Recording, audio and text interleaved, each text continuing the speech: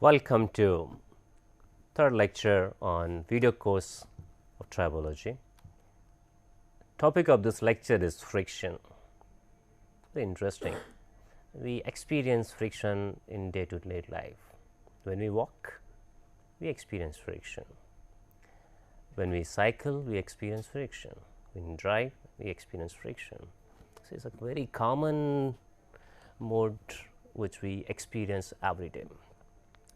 And often when we go to mall, we find this kind of signal or warning that slippery when wet or the floor is wet. So, you need to be careful when you walk.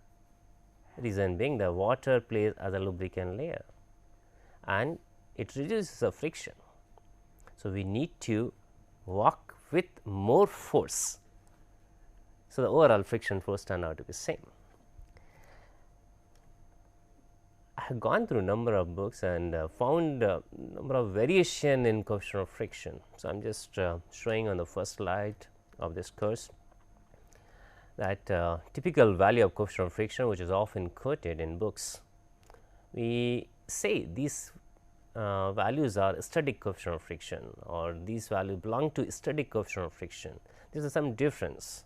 Static coefficient of friction and kinetic coefficient of friction, will come to that topic later, but see what is mentioned in this table. It says aluminum versus aluminum. When aluminum rubs over aluminum under pressure or force having relative velocity, it shows a coefficient of friction 1.5. Amazing.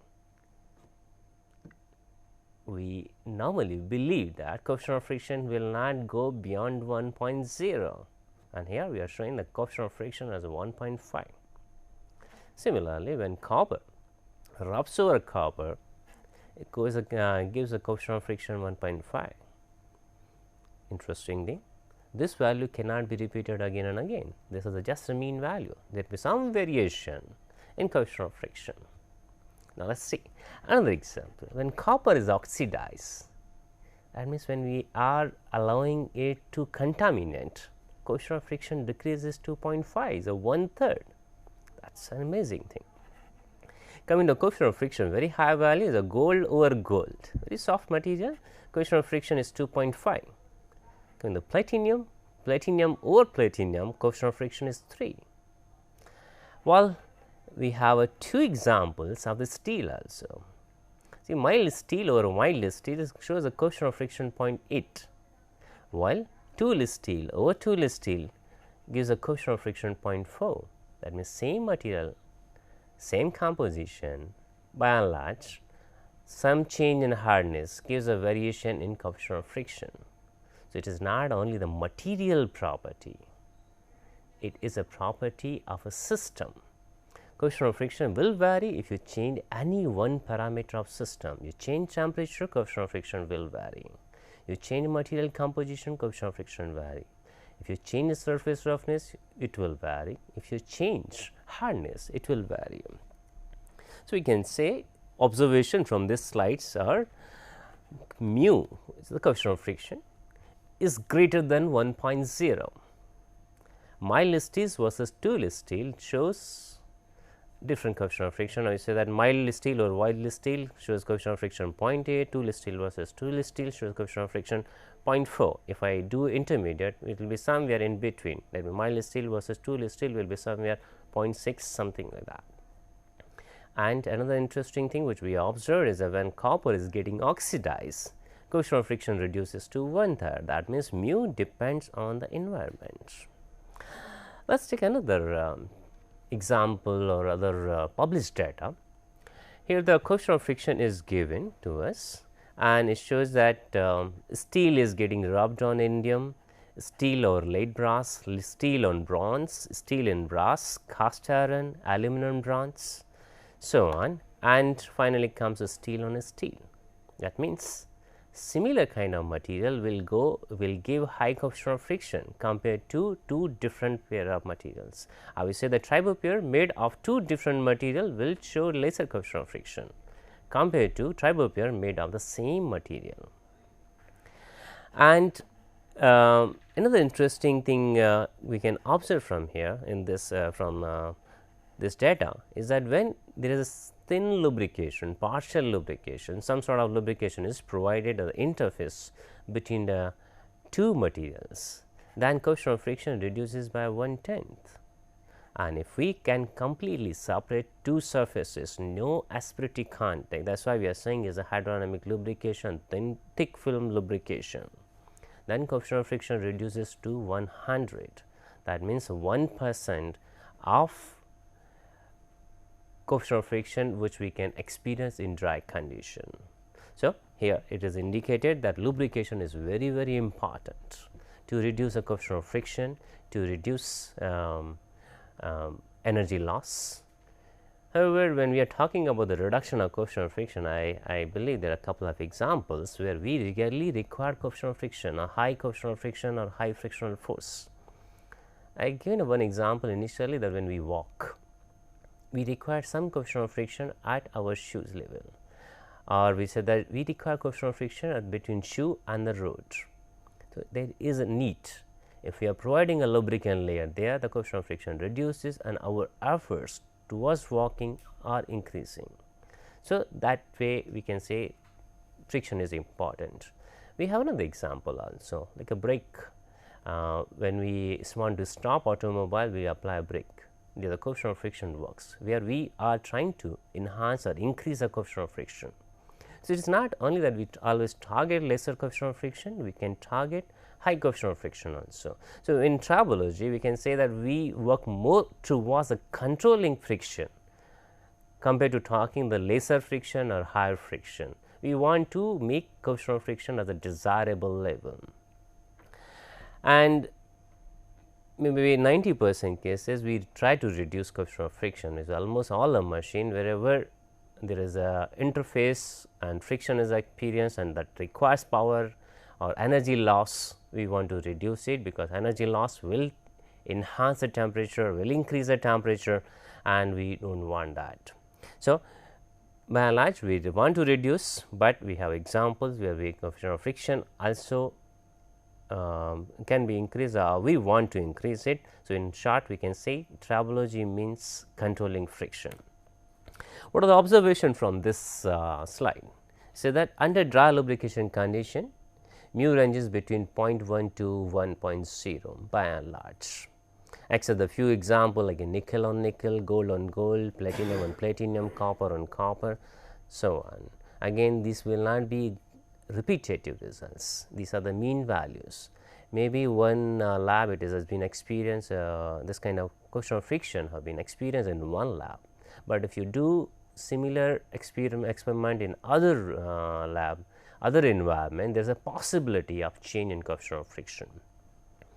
And another observation from this slide is that very thin lubrication reduces coefficient of friction by 10 times.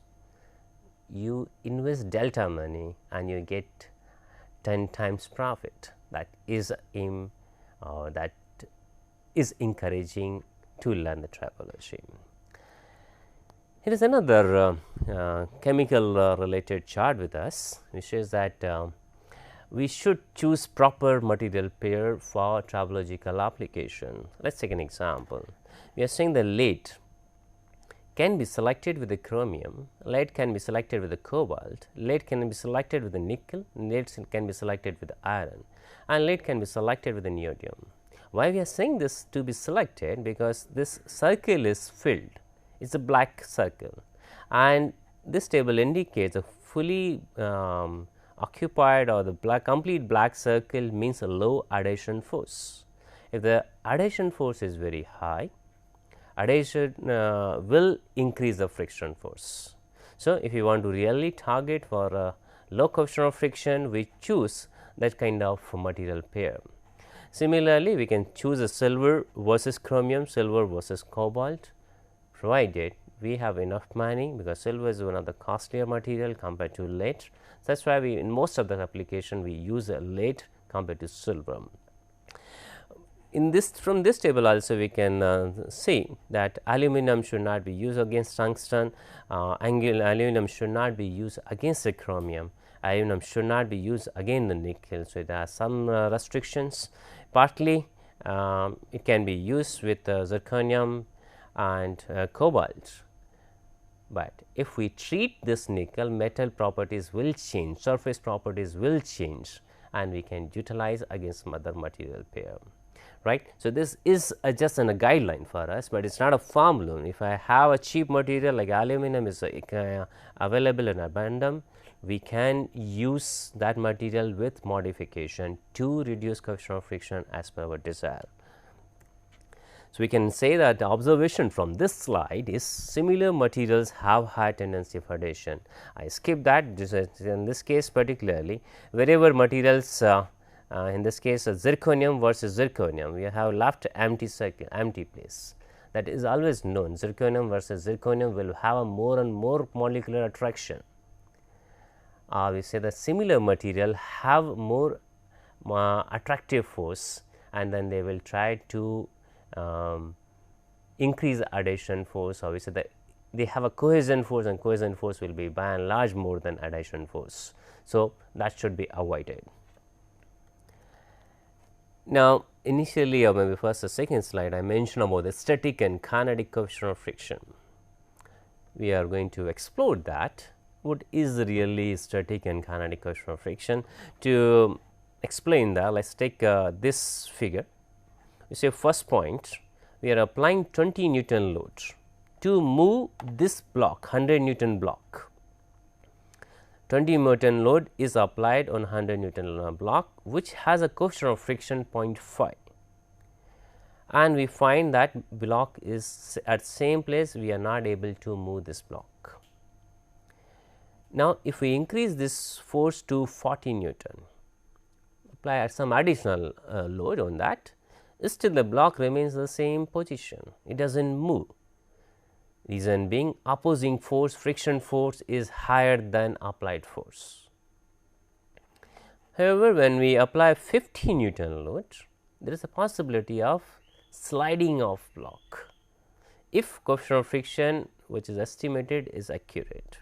In that case, block will start sliding.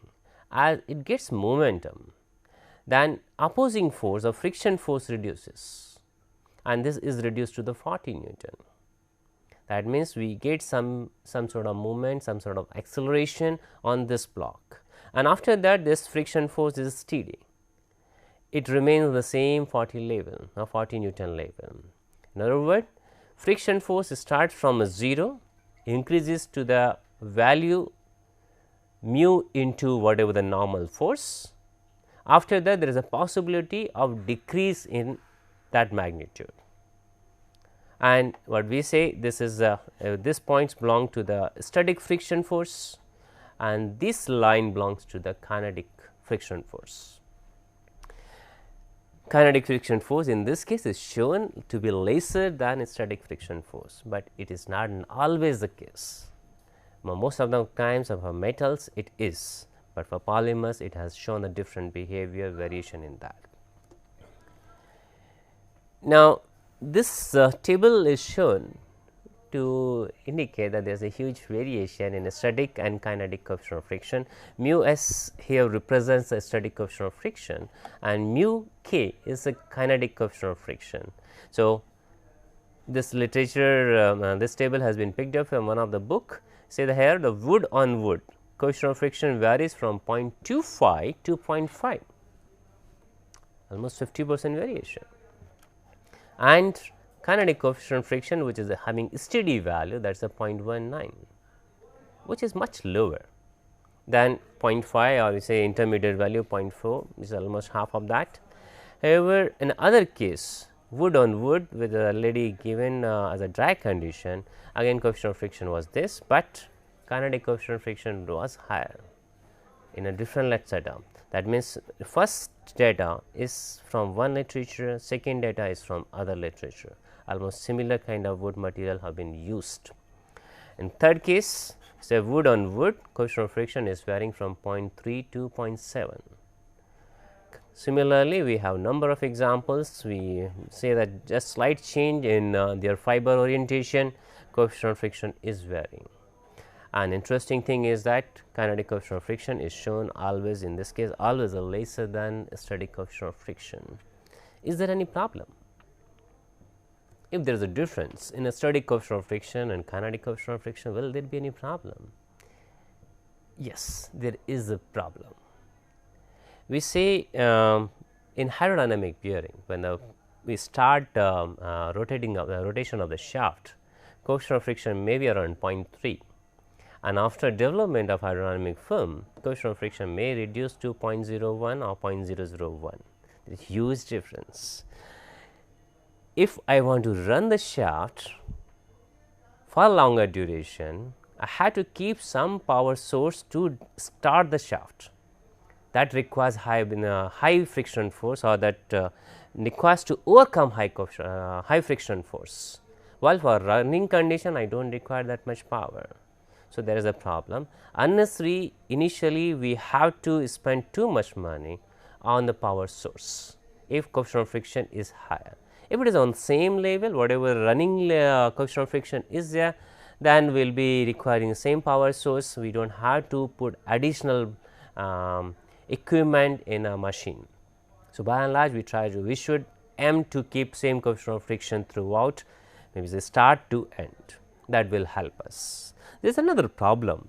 I talked about the power source of this in this case, but there is another problem also, what we call as a stick slip phenomenon. Let us say we want to run some one component or the other component at the micro motion device, maybe like we want only very low velocity. What will happen in that case? We supply high force, it start sliding, it will come down. Because of the very low velocity motion, it will again come to the stationary, again we have to push it. That means, we need to shuffle high force to low force, high force to low force, and that will be a stick slip phenomena, which is often experienced in the micro machine devices. It is an important topic, and it induces a vibration which we will be dealing in friction topic, maybe in a 4th or 5th lecture. So, what are the observation overall? We say the coefficient of friction is greater than 1.0, which is generally not written in number of books. Then we say the mu depends on environment, which does not come in ordinary friction loss. It depends on the hardness also. It depends on chemical composition. So, coefficient of friction from one lab to other lab can vary easily because of these reasons. Then we can say third point is very thin and thick lubrications reduce mu, the coefficient of friction, by 10 to 100 times respectively. That means, if you are providing thick lubrication, there is always reduction in friction, but controllability will reduce. So, if we want more and more controllability, naturally we have to compromise between thin and thick lubrication or 0 to thin lubrication.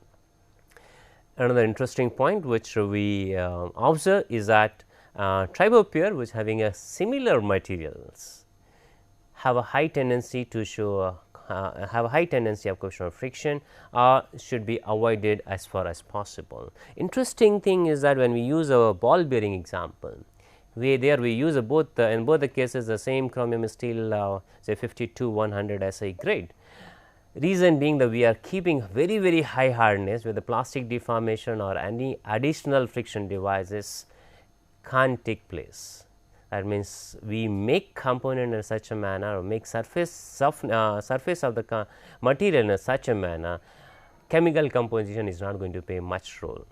In that case, we can use a similar material, similar hardness, but otherwise for common application we should avoid similar material pair. And last point which is written here, that difference between the mu or static coefficient of friction and kinematic coefficient of friction may induce friction instability, which will be covered in subsequent lectures. But all these were shown as only data, no science was explained as such, no quantification was given to, no explanation in mathematical term was given to us, or we have understood, we have not explained that. So, there is a need to understand science behind this friction. Let us start. Say that we can start with the dry friction. We are assuming this third substance is not available, the lubricant is not available. It is a dry friction. Obviously, the fluid in form of liquid, in form of the powder or in form of gas is not available over here. And there is a possibility of aspirative contacts coming and interfering motion of other components. And there is a possibility of loss of wear, loss of material means wear. There will be some effect of surrounding medium, there will be surface deterioration, and that is why there will be a generation of particle, generation of debris.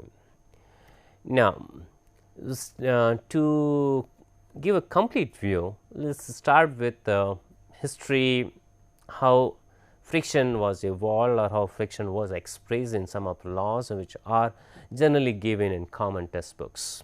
We say that Leonardo da Vinci was the first person who did extensive experiments, and based on his experiments he could conclude some results. What were those results? He said that friction made of same weight, that means he was emphasizing on the weight, will be of equal resistance at the beginning of movement. That means, if there is a some weight W, friction force will be decided based on that.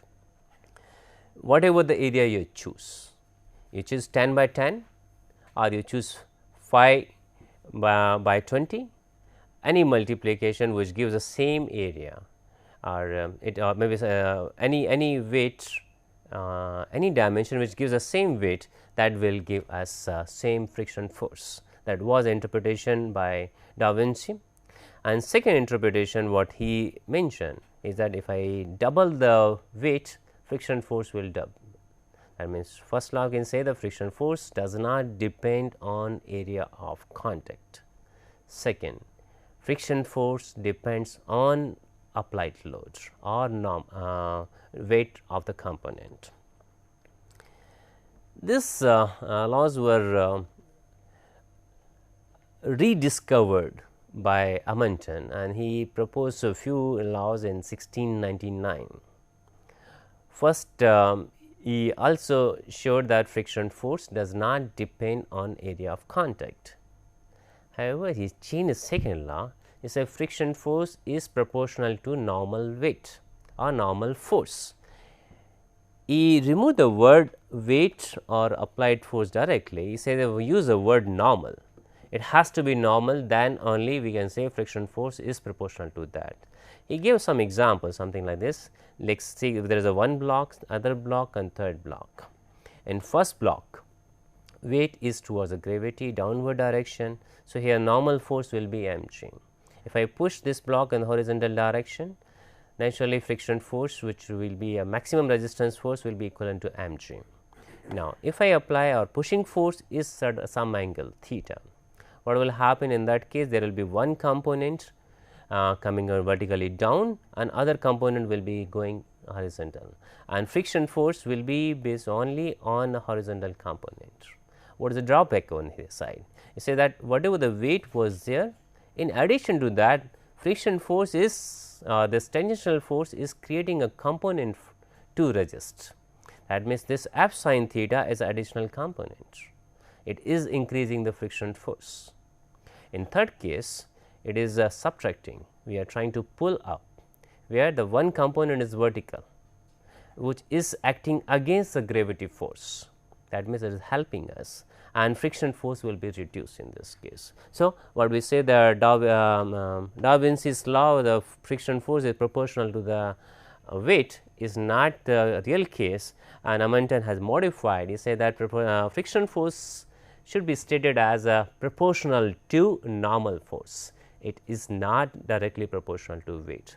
Now, how we are applying or how we are pushing that block or pulling that block, that is going to decide what will be the friction force, and that is really the case, and that is why it has been again and again repeated in a number of books. Another interesting thing from Amundsen was that he did a number of experiments, and by and large he found that coefficient of friction is equal to 0.3 for most of the materials. That means, if I do not have any knowledge any time, or maybe say I am doing design at the start and I have not selected material pair, or I am going to select the material pair based on the strength criteria or the stiffness criteria, that will come much later. In that case, I can choose a coefficient of friction under dry condition equal to 0.3 at the start. So, these results were encouraging, and we account these results. Later, Coulomb proposed few additional points in 1781, why first thing first more important thing is that he could identify there is a difference between static friction force and kinetic friction force. That was one of the best achievement, a very good achievement from the Coulomb. Another thing, he came with micro models.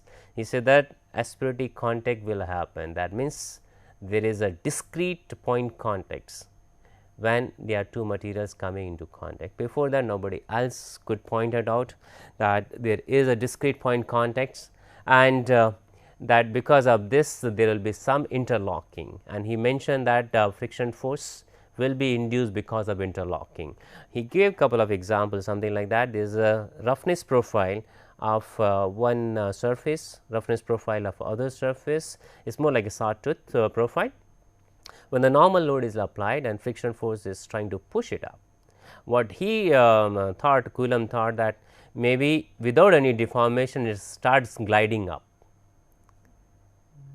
as it requires a force to move component out of pit, that is a friction force. However, later it was realized that when it is going down, same energy will be gained back.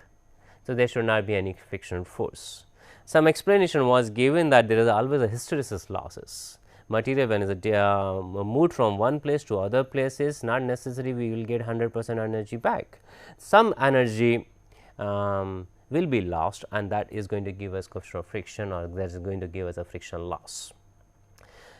Coulomb also mentioned that friction force does not depend on area of contact, and another interesting point which was pointed out to Coulomb, the whether coefficient of friction will depend on velocity or relative velocity, because this model was given by him. It's clearly when you are pushing over the rough surface, it takes slightly more time from a stationary position, but in running condition naturally this component will not fall back to the complete depth, it will be at the partial level. That is why the kinetic coefficient of friction was lesser, what was suggested by Coulomb. But this depends also on velocity. If we say that speed of velocity of this component, you push hard and hard, coefficient of friction should be reduced. But Coulomb did some experiment, and based on that he concluded coefficient of friction does not depend on velocity. It is only initial velocity, static coefficient of friction, and once it starts sliding, start moving, then there will be only one kinetic coefficient of friction. It is not going to continuously reduce with the velocity. Then an interesting thing came in 1929, as Tomlinson gave a theory related to molecular attraction. He said that when one component or one element is capped on other element, then there is a possibility of molecular attraction. We know atomic forces, we know that some material have a more tendency to attract compared to the other materials. Take an example of ceramic, they will be having lesser tendency for the molecular attraction, but for metals they will be having high tendency to attract other material. So, based on his experiment, he did an extensive experiment and then came up with some curve fit equations. What are those curve fit equation? Is something like the F is the friction force is equal to 1.07 theta 1 theta 2, where theta can be given for individual material, and he also thought that two materials in one tribo pair are playing a role. Theta 1 is this theta for surface 1, this theta for surface 2, and he mentioned that this depends on the material properties. It depends on E and G, Young's modulus and shear modulus. If there is a high shear modulus, the theta will be lesser, coefficient of friction will be lesser. Indirectly he mentioned that the material which have a high strength, that will have a lesser coefficient of friction, and it was also known that for softer material will show a higher coefficient of friction, because deformation will be more, energy loss will be more, coefficient of friction will be more. For harder material, deformation will be lesser, and that is why the coefficient of friction will be lesser. So, this theory was justified to some extent, and just to get a flavor of this theory, I took 3 materials, the clean steel, aluminum and titanium, and these formulas were based on unit in MPP, mega PSI, and that is why we are sticking to the same unit, we are not changing to SI units in this case. Let us take a clean steel versus titanium. If I use formula, if I substitute 30 12 in theta 1 to find out theta 1, similarly if I substitute 15.5 and 6.5 in this theta value to find out the theta 2, I will be able to get out theta 1 and theta 2, substitute this value, I will be able to find out friction force, and that turned out to be 0.5039, roughly 0.5 coefficient of friction, that is again static coefficient of friction. If I use other material, say the clean steel and aluminum, now here the coefficient of friction is increasing, that is this is the experimentally observed results. Say here, reason being that G is reduced from 6.5, it is coming to 3.6, from 15.5 E is coming to the 10. Naturally, E and G are reduced, that is going to give us a higher coefficient of friction. Take a third example, where we say the aluminum versus titanium. Here these are 2 weak material, there 2 soft material, and coefficient of friction turn out to be 0.7.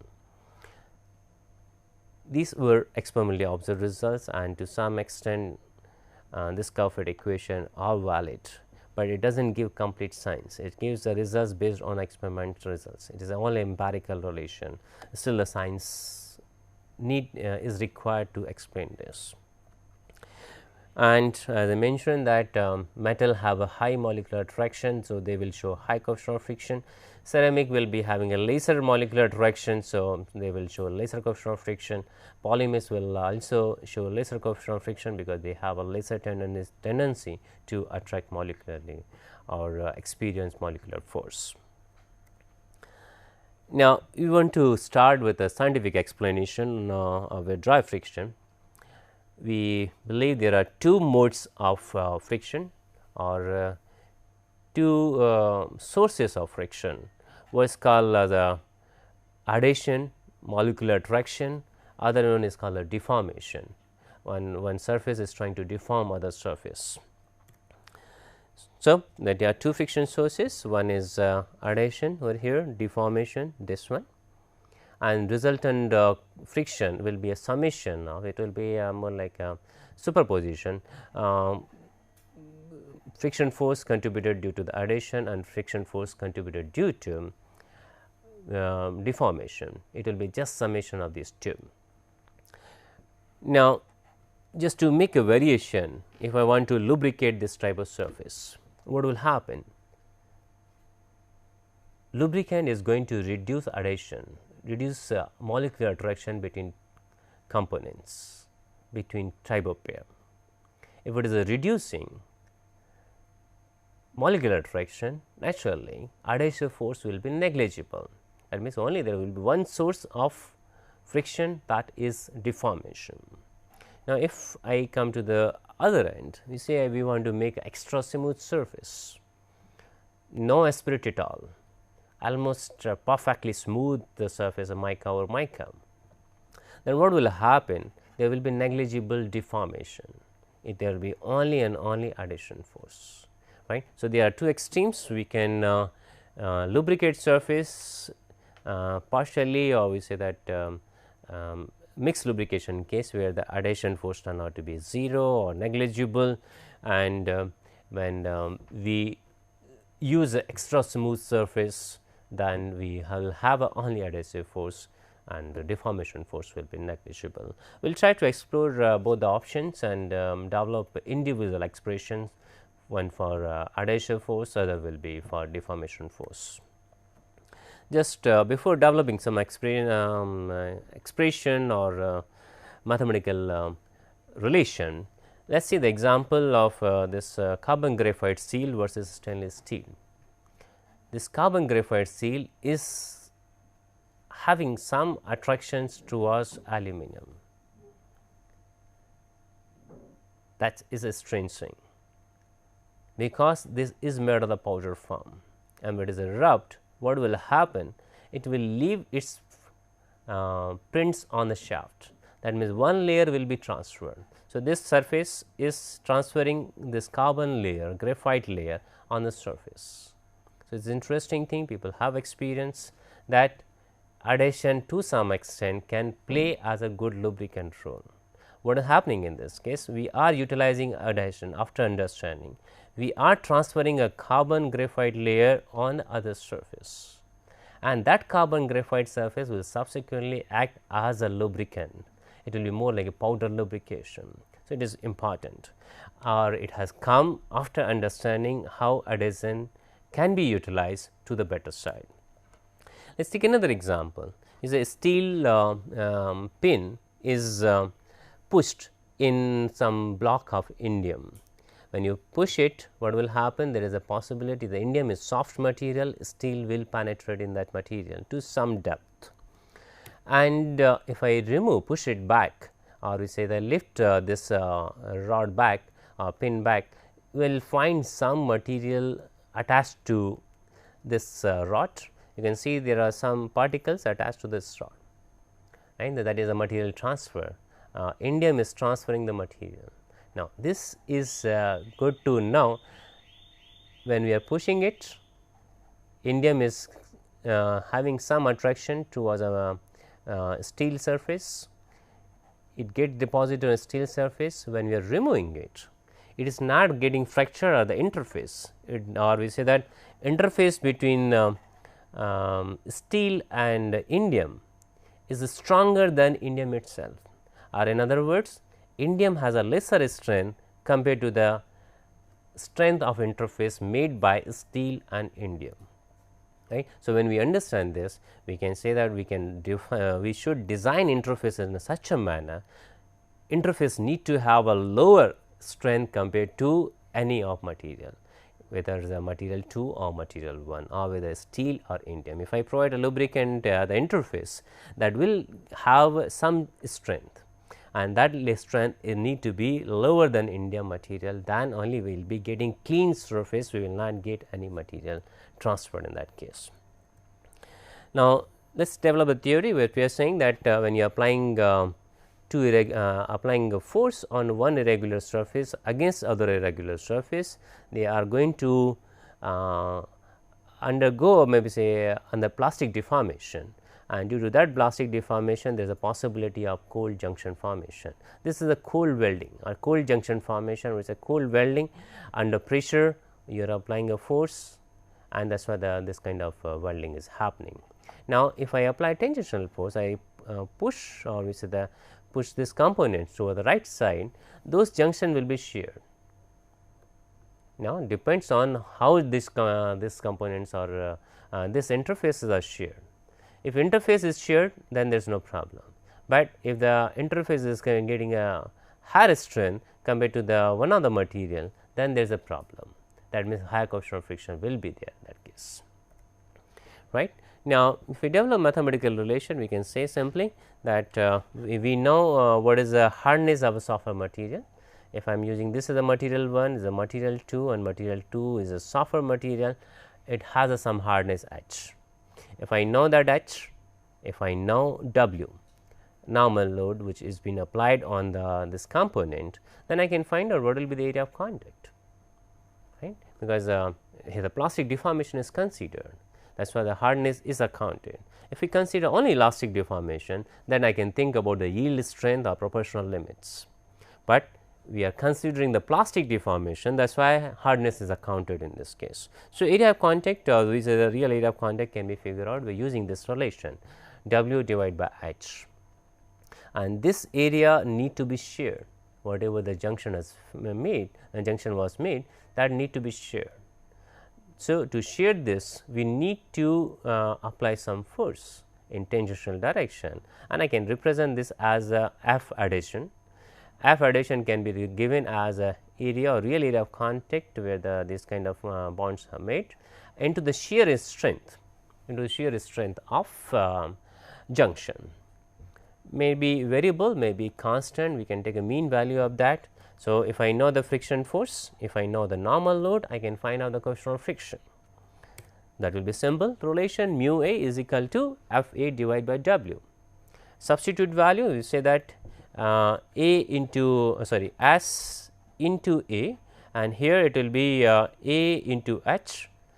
A will be cancelled out, that means we really do not have to find out what is the real area of contact, which is a very difficult parameter estimating theoretically. We can find out experimentally, but estimation using theory is slightly difficult. So, in this case we are not getting area of contact at all, we are getting S divided by H, and both are the material and surface properties, and both belong to same material, both belong to the softer material in this case. Only point variation will be that quite possible S for the softer material is higher and interface has a lesser, in that case S will be slightly lesser. However, for time being we are assuming S is a material property of softer material, H is a hardness of softer material. What is interesting in observation from this? Say that shear has strength and hardness related to material.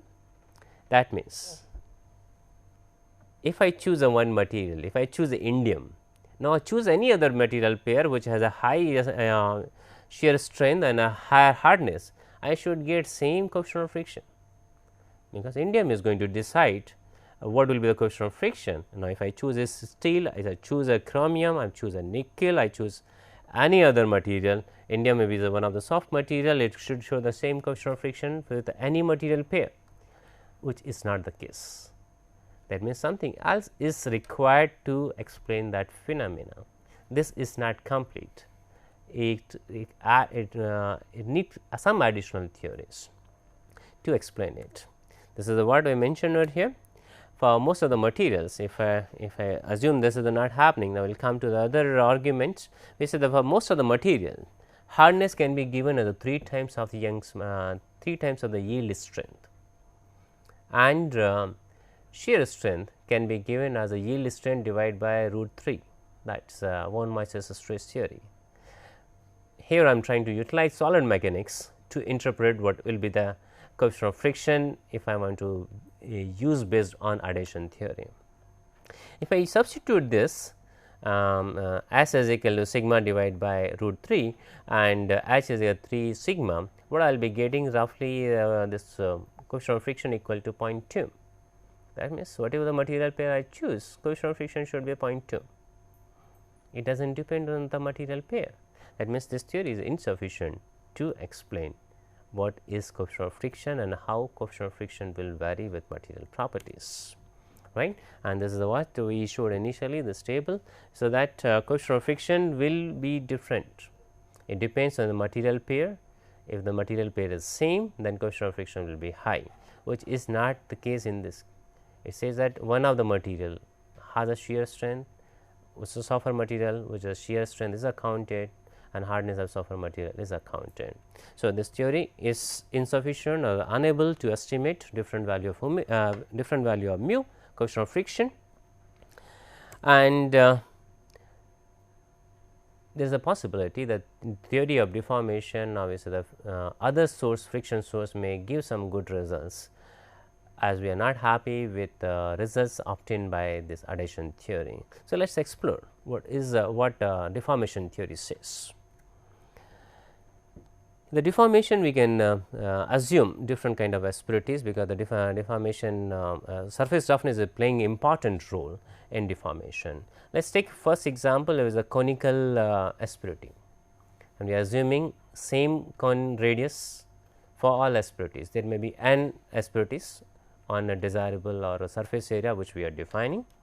It is trying to it has pushed this conical cavity is at some depth in a soft material, that depth is h, and we are trying to push this asperity so that sliding occurs, right. In that case, what we can say,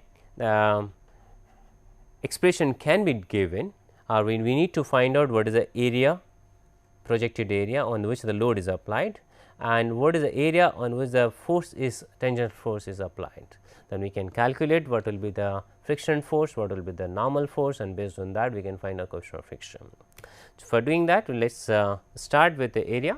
We say that this is a conical area, and we had to find out only this much, because even though cone has a higher projection or the dimensions are more than this, but contact is happening at this radius only, right. So, area pi r square is the area plus half, because the 0 over here is the average area, and n is the number of asperities. So, total area of contact can be estimated. I am not saying that this is accurate, it is estimated roughly n into 0.5 into pi r square, and r is a cone radius. Now, we know the area of the contact. If I multiply with the hardness, I will be able to find out what is W, what is the normal force applied on this asperities. All asperities are a complete area which has n asperities in contact. To find out the friction force, we need to find out the projected area on the other side. That means, I want to project this cone on normal plane perpendicular to that. You say that tilt this figure by 90 degree, so that line appears in the slide, and that will give me area of contact. Okay. So, this is having a 2 r as a dimension perpendicular, and the depth we know is the h. So, half of the area will be counted, because half surface it will be r into h. So, friction force can be given as n number of asperities into radius of the cone into h the depth in soft material into hardness. Now, if I take an expression or mu, I assume the mu is equal to F by W, that means friction force divided by W, and R h into capital H divided by n into 0.5 into pi r square into h, right. So, what will happen? Some terms will be cancelled out, and we know expression of the cot theta will come, that this theta is known. We know this depth, we know r, we can find out cot in terms of h and r. So, coefficient of friction can be expressed as 2 divided by pi. So, pi is roughly 3 point something. So, it will be 0.5 and into cot theta. Based on cone angle, based on this theta angle, we can find out what will be coefficient of friction. I did some calculation, and given the in tabular form, you say when theta is phi, that means the asperity is very sharp. Asperity is very sharp. In that case, what will happen? It will penetrate immediately. It is more like a needle, it will penetrate it immediately. However, if the theta is increased to the 85 degree, is almost a flat surface, then coefficient of friction reduces to very low value, almost negligible, say 0.055. However, intermediate value maybe 80, 70, 60, some coefficient of friction is given. But one interesting point to observe from is that there is a highly sensitivity. This expression are very sensitive towards the theta. Just changing by few degree, coefficient of friction is changing drastically. Take an example from 5 and 10. If theta is only 5 degrees, a half cone angle, overall cone angle is 10 degree, and here from 5 to 10, that means overall cone angle is 20 degree. From 10 to 20 cone angle, what we have find coefficient of friction of 0.73 and here 3.6, almost half. That means, this by expression is very sensitive towards the theta, and getting any reliable theta will be difficult for us. However, experience says that most of the time after initial running in time or running in period, this theta turn out to be greater than 80 degree by and large. The coefficient of friction will turn out to be 0.1 or say 0.01 in this case. So, if I add coefficient of friction due to adhesion, coefficient of friction due to deformation, I should not get coefficient of friction more than 0.3. However, in the first slide which I showed experimental result, coefficient of friction was estimated also as equal to 3.0, very high coefficient of friction is 10 times compared to what we are able to predict through theory. Interesting thing is that when we are saying this cone, when it is coming almost to the flat level, or theta is on a higher side 80 degree, do I need to use this conical theory? Instead of that, I will prefer to use asperity as a spherical shape, as a cone particularly in this case shown as a cone angle is increasing, it will turn out to be more and more uniform or a flat surface of theta is 90 degree, but lesser than that it will be some sort of some sort of a spherical shape with some round edges generally happens during the process. So, let us explore what is what kind of expression I can get when I assume there is a spherical asperity. In this case, we are saying that this is the hard material having a spherical asperity, and radius of a sphere is given as a r. It has penetrated to some depth, that the depth is h in a surface. When I project on as a top view of this contact, what I find some radius d, some radius d by 2, and depth will also be d in this case, because this is a whatever the cross section I take, that will be circle, right. So, whatever I get over here, the d by 2, same radius here I will be getting d by 2. However, if I project in perpendicular direction, again the depth will be h, and other dimension will be d. So, using this dimension I can find out what will be the area of contact, I can find out the normal force, and I can find out tangential force. So, area of contact will be pi r square, in this case r is 0.5 d, half of the area in a projected direction, or the half which is getting pushing asperities towards a soft material. And when we express in terms of d, it turn out to be n pi d square divided by 8, that is the expression. So, if I multiply with the hardness, what I will get? I will get a normal load as a number of asperities, contact area due to one asperity into hardness. What I will be getting F, friction force, it will be the tangential, as I say that if I move vertically by 90 degree as in the side view, I will be getting depth h, and d will be the other dimension. So, in that case area of contact in tangential direction will turn out to be, with some simplification, 2 h d divided by 3.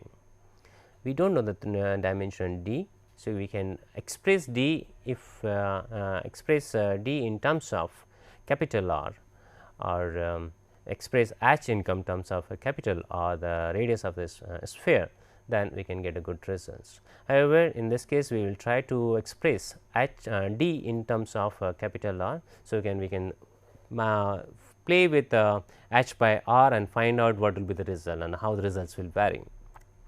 So, in that case, if I want to find out the coefficient of friction due to the deformation, particularly due to spherical asperities, I can simply say f divided by h, expression will be something like this. Rearrange this, expression will turn out to be 16 divided by 3 into pi h by d. Here d can be given with assumption that h is very low compared to capital R, that when depth of penetration is much lower compared to the spherical radius, or with the radius of the spherical asperity.